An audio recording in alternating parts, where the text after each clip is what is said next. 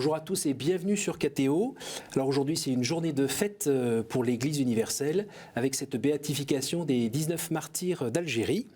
Et parmi eux il y a Monseigneur Pierre Claverie, dominicain, qui était évêque de la ville d'Oran. Le 1er août 1996, il a été assassiné alors qu'il revenait chez lui avec un de ses amis musulmans. Une bombe a explosé et il est mort et il a offert donc sa vie. Alors pour mieux connaître l'homme qu'il fut, nous avons la chance d'avoir en plateau maintenant sa sœur, Madame Anne-Marie Gustafsson Claverie. Vous êtes donc sa petite sœur. Oui. Bienvenue. Vous viviez aux États-Unis dans le New Jersey et vous faites halte à Paris avant d'aller à Oran pour assister à la messe de béatification. Voilà. Donc un grand merci d'être avec nous. Alors, première question, dans quel état d'esprit vous trouvez-vous ? C'est une grande joie. C'est une grande joie, mais je sais qu'une fois que je serai là-bas, à Oran, je vais passer par des moments très intenses du point de vue émotionnel et qu'il va y avoir des larmes. Mais il y a toujours cette joie très profonde à la pensée que mon frère et que ses compagnons, en fait, ont mené jusqu'à la fin de leur vie, ils sont restés fidèles à leur mission, en quelque sorte, et à ce qu'ils voulaient faire jusqu'au bout. Ils sont restés jusqu'au bout par amour pour un peuple, finalement. Parce qu'ils avaient beaucoup d'amis en Algérie et que, comme disait mon frère, il n'est pas question de quitter un ami quand il est malade. Et donc, il est resté, et les autres également. Donc, voilà, c'est un mélange, c'est très triste d'un côté, mais en même temps, il y a une joie absolument énorme. Dans les années 90, quand vous voyez votre frère rester sur place alors qu'on est en pleine décennie noire, vous lui avez écrit ou vous lui avez téléphoné pour lui demander de partir ou parce que vous étiez inquiète pour lui? Jamais? Non, jamais. Inquiète, oui, bien sûr. Alors, à cette époque-là, donc, quand Pierre est mort en 96, en fait, mon père est mort quelques mois avant et ma mère était morte en 92. Alors, je pensais toujours, c'est difficile de dire contente, mais enfin le fait que mon père soit parti avant lui, ça a été pour moi c'était une bénédiction en quelque sorte, ça aurait été terrible. Oui. Alors nous continuons, nous avons écrit des lettres familiales pratiquement toute notre vie à nos parents et c'était une correspondance triangulaire, c'est-à-dire que la lettre de papa, une copie allait à Pierre et l'autre à moi. Et ça, c'était une lettre par semaine. Et pour Pierre, en fait, bien plus souvent, les premières années, quand il a quitté le foyer. Donc, échange de lettres dans ces années-là, évidemment, a continué et à partir de quelques mois de 96 avec moi. Et la veille de sa mort, je lui ai téléphoné pour lui dire, alors Pierre, quand est-ce que tu viens nous voir ? Aux États-Unis. Et à ce moment-là, Pierre était un fougueux, c'était un Méditerranéen, et donc, en général, il disait « Ah, bah écoute, oui, tu vois, j'ai ça et ça à faire », ou bien « Mais oui, bien sûr ». Or là, c'était un ton vraiment... C'était tristounet, en quelque sorte. Et là, j'ai eu quand même la gorge serrée. Bon, mais voilà. Je savais tout de même, il m'avait dit qu'il était seul à Oran, avec quelques sœurs qui étaient restées pour l'été, parce que il avait demandé à tout le monde de partir pour des vacances estivales en quelque sorte, mais sachant bien que tout le monde était plus ou moins menacé. Il préférait rester là avec peut-être quelques sœurs. Et donc... Est-ce qu'on peut dire qu'à ce moment-là, vous avez un peu... senti un petit quelque chose comme, sans aller trop loin, Jésus dans le jardin de Gethsémani, genre il y a... J'ai le cœur serré. Bon, mais j'étais occupée, donc on a passé à autre chose. Le lendemain, mon mari et moi sommes sortis, et l'après-midi, avant notre sortie, j'ai commencé à ranger des livres et des cadres qui se trouvaient dans ma chambre, je ne sais pas pourquoi, non. Et il y avait une photo de mon frère qui se trouvait en haut d'une bibliothèque. Et lorsque j'ai sorti quelques livres, cette photo est tombée derrière la bibliothèque.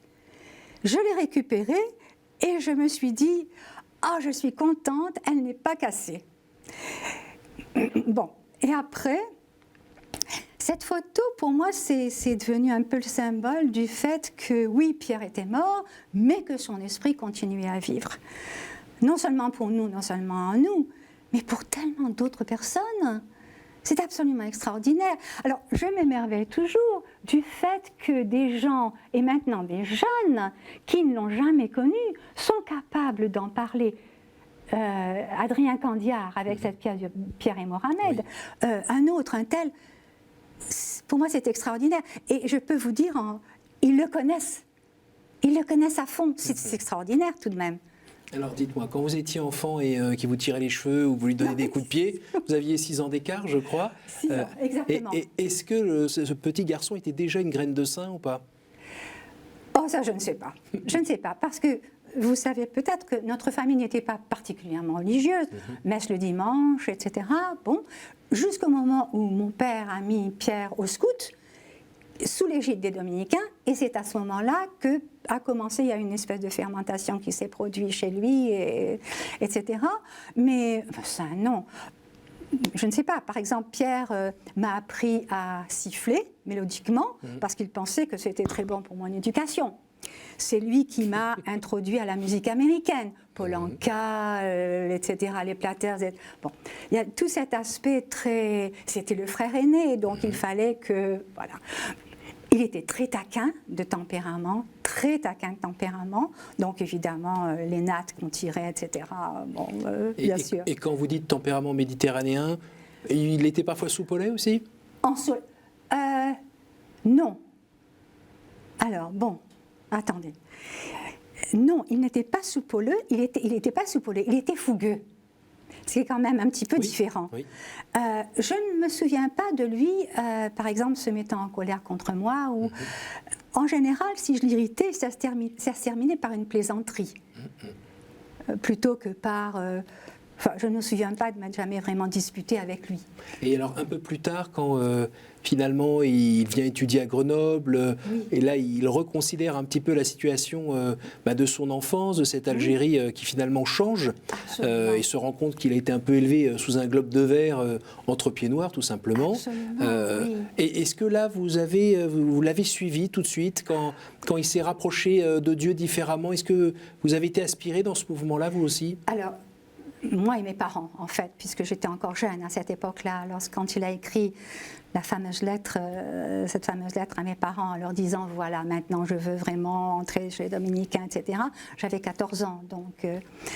et je me souviens très bien d'avoir lu la lettre à mes parents, qui tous les deux étaient, on peut dire, malvoyants, pour des raisons différentes. Donc, je lisais la lettre d'abord, ensuite mon père la reprenait, etc.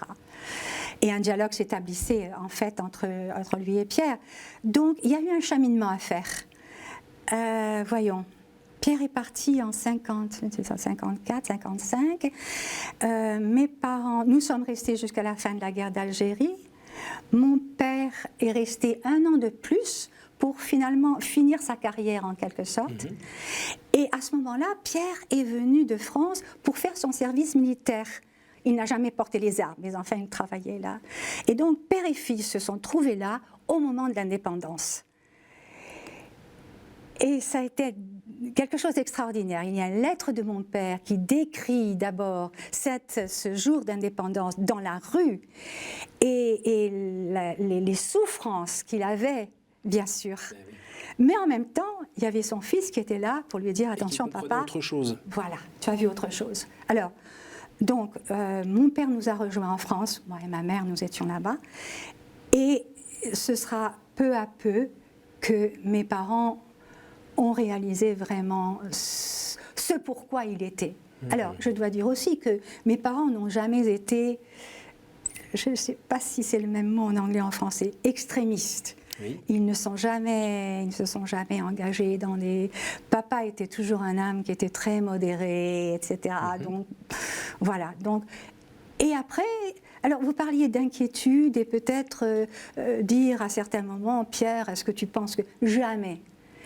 Ils ont compris, et moi aussi, que c'était sa vocation, c'était de rester là-bas. Et nous avions aussi l'impression qu'il faisait ce que nous, bon, moi j'étais gamine à l'époque, mais que nous aurions peut-être dû faire. Voilà. Alors, quelques années plus tard, donc, le 1er août 96, autour de minuit, et donc il est assassiné avec son ami Mohamed Bouchiki, un jeune Algérien musulman de 21 ans, avec une bombe posée à l'entrée de l'évêché qui explose sur leur passage. C'est ça. Comment avez-vous réagi à cette annonce ? Alors j'ai reçu un coup de téléphone, encore étant aux États-Unis, donc c'était très tard le soir, coup de téléphone d'un ami qui me dit, tu sais que voilà ce qui s'est passé. Et à ce moment-là, mon mari et moi, du fait que vraiment la situation était très finalement dangereuse en Algérie à ce moment-là, on a décidé que lui resterait pour nos 2 filles aux États-Unis et que moi je partais. Mais comment vous avez reçu cette information ? Je n'ai pas été surprise parce que nous savions que les choses allaient empirer en quelque sorte. Donc il n'y a pas eu de surprise, mais évidemment ça a été un choc énorme. De notre côté, j'ai été tout de suite tellement prise par le fait d'avoir à partir en Algérie que voilà, j'ai été prise dans ce mouvement. Alors j'ai eu beaucoup d'aide. Quand je suis arrivée à Paris, on m'a prise en charge, etc. etc. Enfin, ça a été... Alors ça fait 22 ans maintenant ? Oui. Est-ce que vous avez pardonné à ceux qui ont fait ça ? Je n'ai jamais trop pensé. Comment vous expliquer ça ? Bon, certaines personnes ont été condamnées immédiatement et l'Église d'Algérie, à l'époque, nous a demandé de les soutenir, oui, de façon à ce que ces personnes-là ne soient pas condamnées à mort, disons, etc. Ce que nous avons fait tout à fait volontiers, parce que, bon, qui est responsable finalement ? Voilà, on ne sait pas. On n'en sait rien. Et je ne me suis jamais attardée sur cette question-là. Pour moi, ça a été toujours mon frère et ce qui s'est passé après sa mort quant à son esprit et son message, en quelque sorte. Et alors, bon, immédiatement, Jean-Jacques Pérédès, qui a toujours été comme un frère pour nous, il y a eu cette bibliographie.